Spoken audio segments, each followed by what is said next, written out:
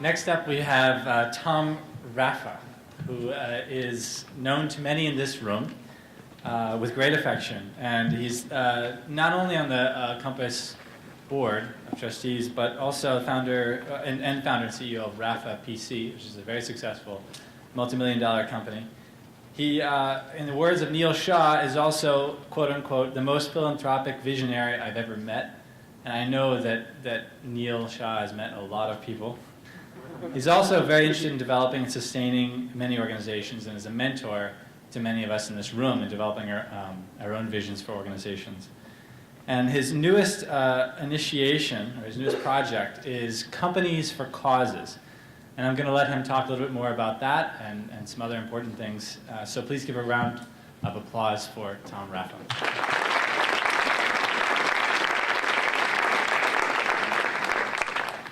Good afternoon. I think I'm the CEO of what may be termed in a group like this as closely held businesses. My job today is to introduce what I think is a new idea and what I hope to soon be a movement, appropriately called Companies for Causes, and to introduce my fellow founding members for C4C.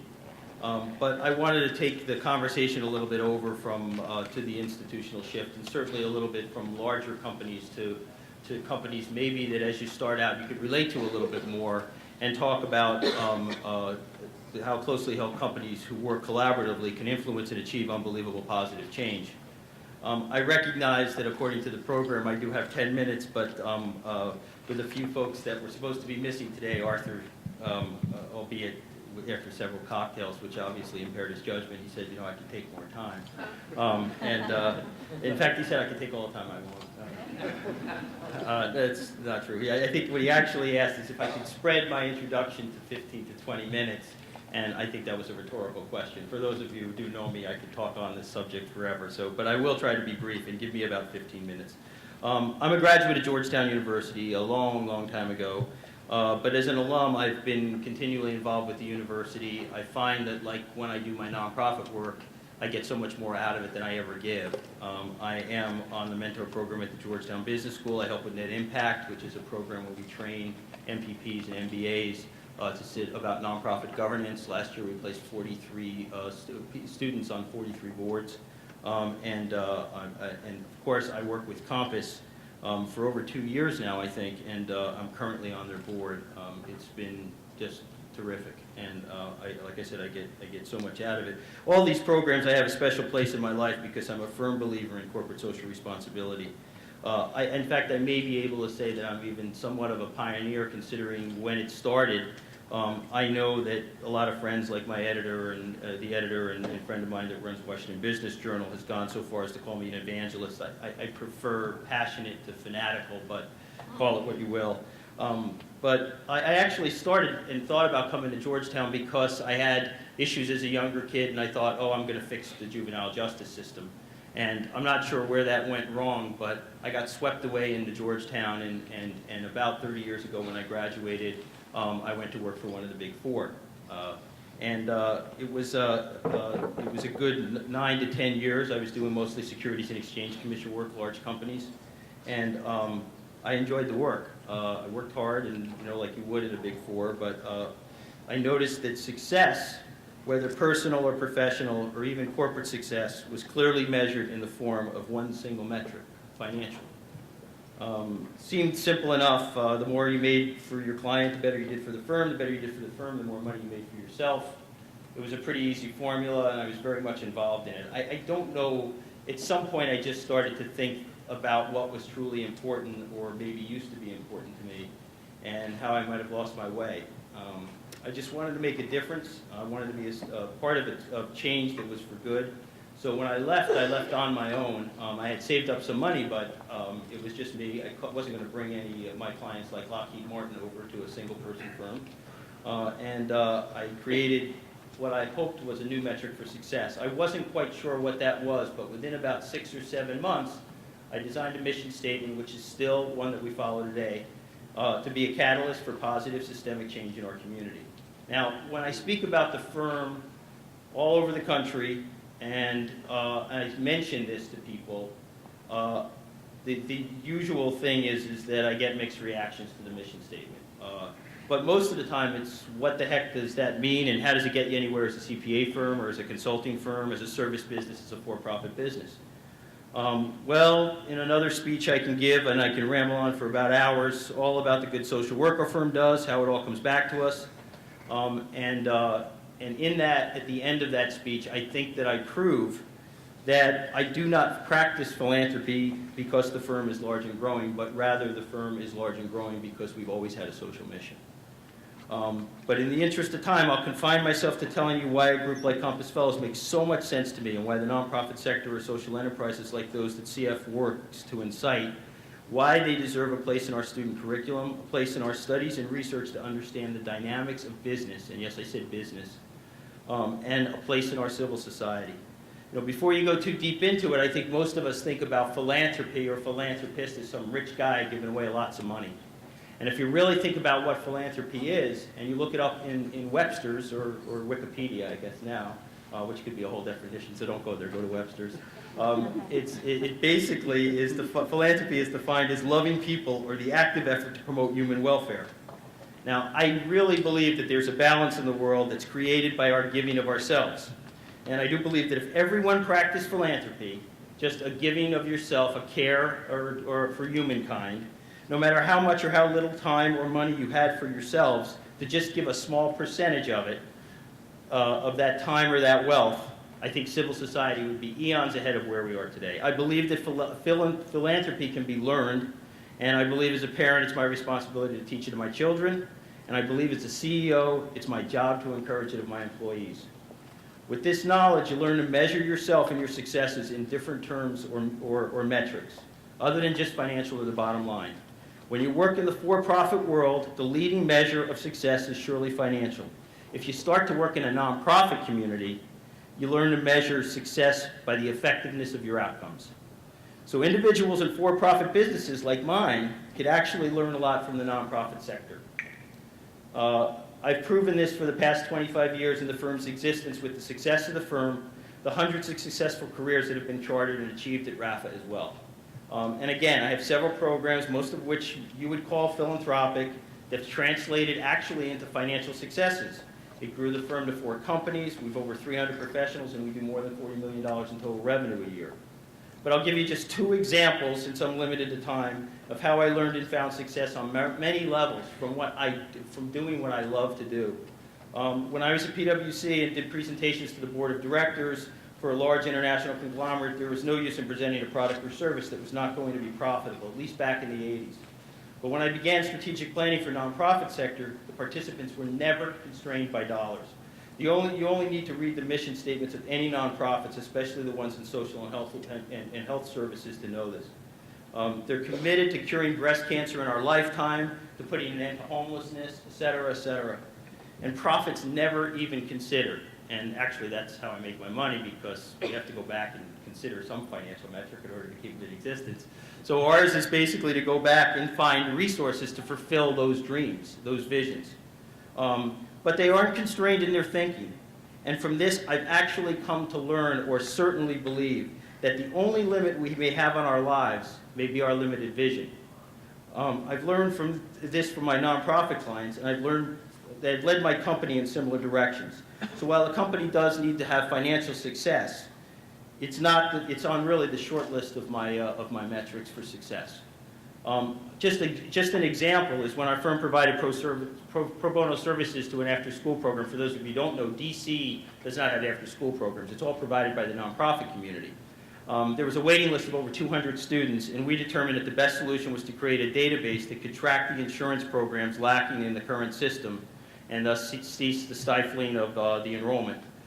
We determined $50,000 of services and equipment. We could provide a system that could support about a 400% increase in the enrollment in the program. Now, normal businesses would measure success by saying, well, if we do it for $40,000, we've made our 20% and we're good.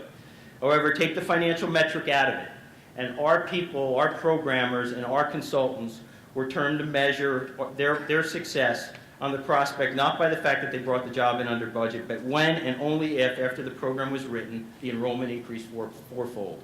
We did the project, the enrollment increased to 225 students. When I drove home every day, I passed the playground, and those 225 kids were in it.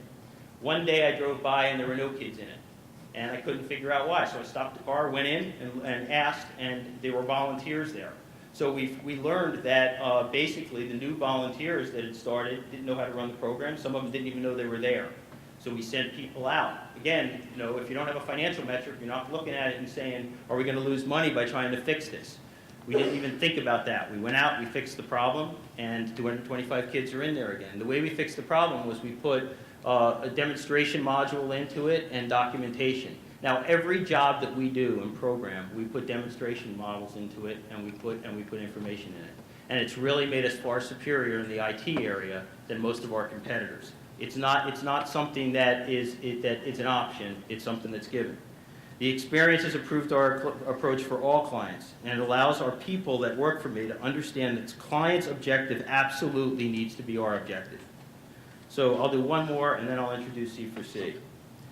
This one is on study, so I'm going to read a little bit from it. The Community Resource Exchange in New York recently conducted a study comparing the results of a 360-degree evaluation of nonprofit leaders against business leaders.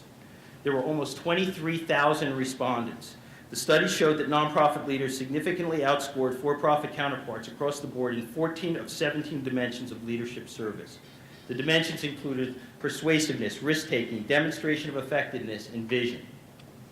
This doesn't surprise a CEO like me that works in the nonprofit sector, but others have seen it too.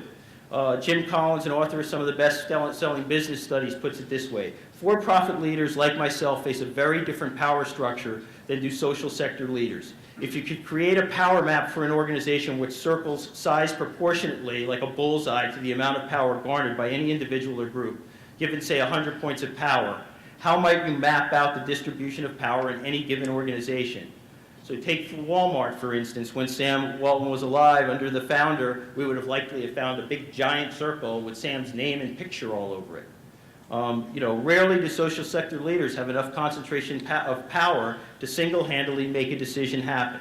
In fact, it's typical that other individuals and subgroups have enough negative power to stop a decision. So this can be compared from executive leadership to legislative leadership. So it should not be a surprise to find nonprofit leaders scoring high on dimensions like persuasiveness, credit sharing, teaming, organizational sensitivity. So the idea behind this is don't confuse the behaviors or practices of leaders with the performance of the leaders.